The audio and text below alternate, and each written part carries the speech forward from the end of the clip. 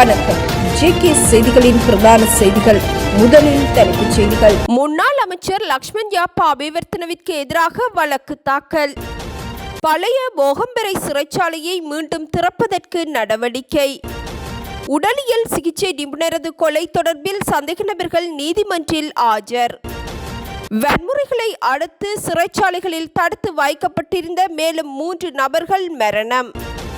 கொழும்பு பல்கலைக்கழக கல்வி நடவடிக்கைகளை நிகழ்நிலை மூலம் மேற்கொள்வதற்கு நடவடிக்கை.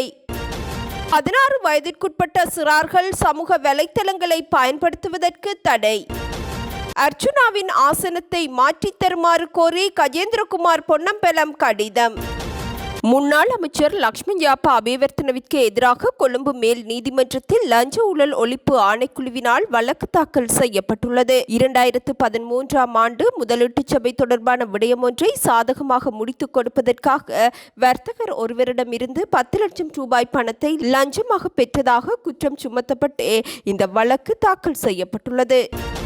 பழைய போகம்பரை சிறைச்சாலை வளாகத்திற்குள் புதிய சிறைச்சாலை ஒன்றை நிறுவுவது தொடர்பான வர்த்தமானி அறிவித்தலை நீதி மற்றும் தேசிய ஒருமைப்பாட்டு அமைச்சர் ஹர்ஷன நாணயக்கார வெளியிட்டுள்ளார். சிறைச்சாலைகள் கட்டளை சட்டத்தின் 2ஆம் பிரிவின் கீழ் 54ஆம் உறுப்புரை எண் சிறைச்சாலைகள் கட்டளை சட்டத்தின் நோக்கங்களுக்காக அமைச்சருக்கு வழங்கப்பட்டுள்ள அதிகாரங்களின் அடிப்படையில் இத்தீர்மானம் எடுக்கப்பட்டுள்ளது. இதேவேளை காலி மகமோதர பகுதியில் புதிய சிறைச்சாலை ஒன்றை நிறுவுவது தொடர்பாக நீதி அமைச்சர் ஹர்ஷன நாணயக்காரவின் கையொப்பத்துடன் நேற்று மற்றுமொரு அதிவிசேட வர்த்தமானி அறிவித்தலும் வெளியிடப்பட்டிருந்தது. அத்துடன் மூடப்பட்டுள்ள மகமோதர வைத்தியசாலையின் ஒரு பகுதியில் தற்காலிக அடிப்படையில் இச்சிறைச்சாலை நடத்தப்படவுள்ளதாகவும் அமைச்சர் அறிவித்துள்ளார். வெலஸ்முல்ல பகுதியில் ஒழுங்கமைக்கப்பட்ட குற்றவாளியாக அடையாளம் காணப்பட்டுள்ள தெம்பிலி லஹிரு என்பவருக்கு சொந்தமான மித்தனிய குடகெல் ஆர பகுதியில் அமைந்துள்ள வீட்டிற்கு நேற்றிரவு அடையாளம் தெரியாத குழுவினர் சிலரால் தீ வைக்கப்பட்டுள்ளது. வீட்டிற்கு தீ வைக்கப்பட்ட சம்பவத்தில் தெம்பிலி லஹிருவின் தாயார் மாத்திரமே வீட்டில் இருந்ததாக அறிவிக்கப்பட்டுள்ளது.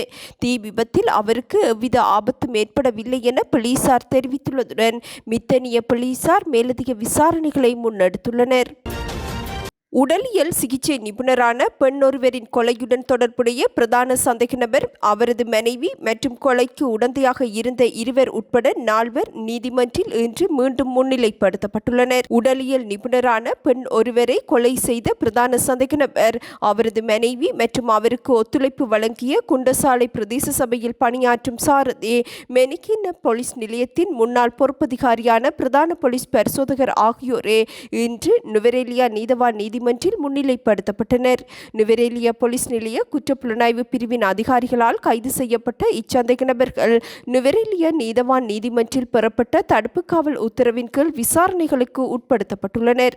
இதனை அடுத்து கடந்த ஜூன் மாதம் 26ஆம் தேதி நுவரெலியா நீதவான் புத்திகா ஹர்ஷனி தர்மதாசவிடம் இவர்கள் முன்னிலைப்படுத்தப்பட்டதை அடுத்து சந்தேக நபர்களை இன்றைய தினம் வரை விளக்கமறியலில் வைக்குமாறு நீதவான் உத்தரவிட்டிருந்தார். இதன் அடிப்படையில் இன்று மீண்டும் சந்தேக நபர்கள் நீதிமன்றில் முன்னிலைப்படுத்தப்பட்டனர். வெலிக்கடை சிறைச்சாலையில் கைதி ஒருவர் தவறான முடிவெடுத்து தனது உயிரை மாய்த்து கொண்டுள்ளதாக அறிவிக்கப்பட்டுள்ளது. குறித்த மரணம் தொடர்பான விசாரணைகள் முன்னெடுக்கப்பட்டுள்ளதாக சிறைச்சாலை அதிகாரிகள் தெரிவித்துள்ளனர். இதேவேளை அண்மையில் நீர்கொழும்பு சிறைச்சாலையில் இருந்து அங்குனு கொலப்பெலச சிறைச்சாலைக்கும் பூச சிறைச்சாலைக்கும் மாற்றப்பட்டிருந்த 2 கைதிகள் திடீரென ஏற்பட்ட நோய் நிலைமைகள் காரணமாக உயிரிழந்ததாகவும் அறிவிக்கப்பட்டுள்ளது. குறித்த கைதிகள் 2 வைத்தியசாலையில் அனுமதிக்கப்பட்ட பின்னரே உயிரிழந்ததாக வைத்தியர்கள் தெரிவித்துள்ளனர். இதன்படி அங்குனு கொலப்பெலச, பூச மற்றும் வெலிக்கடை ஆகிய சிறைச்சாலைகளில் 3 கைதிகள் உயிரிழந்துள்ளமை தொடர்பிலான விசாரணைகள் ஆரம்பிக்கப்பட்டுள்ளதாகவும் போலீஸ் ஊடகப் பிரிவு அறிவித்துள்ளது. கொழும்பு பல்கலைக்கழகத்தை தற்காலிகமாக மூடுவதற்கு இதுவரை எந்தவொரு தீர்மானமும் எடுக்கப்படவில்லை என பல்கலைக்கழக மானியங்கள் ஆணைக்குழுவின் தலைவர் சிரேஷ்ட பேராசிரியர் கபில செனவிரத்ன தெரிவித்துள்ளார். ஊடகங்களுக்கு கருத்துரைக்கும் போதே அவர் இதனை குறிப்பிட்டார். கொழும்பு பல்கலைக்கழகத்தின் சுமார் 70 மாணவர்கள் டெங்கு காய்ச்சலால் பாதிக்கப்பட்டுள்ளனர். எனினும் பல்கலைக்கழகத்தை மூடுவதற்கு தற்போது எவ்வித ஆலோசனைகளும் வழங்கப்படவில்லை என கொழும்பு மாநகர சபையின் பிரதம சுகாதார வைத்திய அதிகாரி ஸ்ரீ பிரதாபன் தெரிவித்துள்ளார்.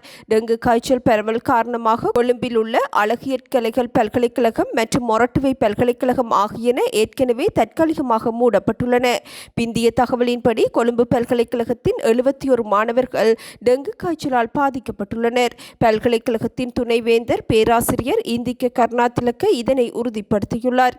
இவர்களுள் 5 மாணவர்கள் வைத்தியசாலைகளில் அனுமதிக்கப்பட்டுள்ளனர். பல்கலைக்கழகத்தில் பதிவாகியுள்ள டெங்கு நோயாளர்களில் பெரும்பாலானோர் கலைப்பீடத்தைச் சேர்ந்த மாணவர்கள் எனவும் அவர் சுட்டிக்காட்டியுள்ளார். நிலைமையை கருத்தில் கொண்டு மாணவர்களின் கல்வி நடவடிக்கைகளில் பாதிப்பு ஏற்படாத வகையில் நாளை முதல் ஒரு வார காலத்திற்கு பல்கலைக்கழகத்தின் கல்வி நடவடிக்கைகளை இணைய வழிமுறைகளில் முன்னெடுக்க பல்கலைக்கழக நிர்வாகம் தீர்மானித்துள்ளது. மாணவர்களின் ஆரோக்கியம் மற்றும் பாதுகாப்பிற்கு முன்னுரிமை அளிப்பதோடு கல்வி செயற்பாடுகள் தடையின்றி தொடர்வதை உறுதி செய்வதே இந்நடவடிக்கையின் நோக்கம் எனவும் பல்கலைக்கழகத்தின் துணைவேந்தர் பேராசிரியர் இந்திக்க கருணாதிலக்க தெரிவித்துள்ளார். சமூக வலைத்தளங்களால் சிறுவர்களுக்கு ஏற்படும் பாதிப்புகளை தடுக்கும் வகையில் 16 வயதிற்குட்பட்டவர்கள் அவற்றை பயன்படுத்துவதை தடை செய்ய அல்லது வரையறை செய்ய தேசிய சிறுவர் பாதுகாப்பு அதிகார சபை விசேட கவனம் செலுத்தியுள்ளதாக பிரதமர் ஹரிணி அமரசூரிய அறிவித்துள்ளார். நாடாளுமன்றில் நடைபெற்ற கேள்வி நேரத்தின் போது கருத்துரைக்கும் போதே பிரதமர் இவ்வாறு குறிப்பிட்டார். இதன்படி சிறுவர்களுக்கு எதிராக இணையத்தில் இடம்பெறும் வன்முறைகளை முறியடிப்பதே அரசாங்கத்தின் இலக்கு என தெரிவித்துள்ள பிரதமர் இதற்கென விசேட செயலணி ஒன்று நியமிக்கப்பட்டுள்ளதாகவும் எதிர்வரும் செப்டம்பர் மாதம் அச்செயலணி தனது பணிகளை தீவிரமாக ஆரம்பிக்கும் எனவும் அவர் குறிப்பிட்டுள்ளார்.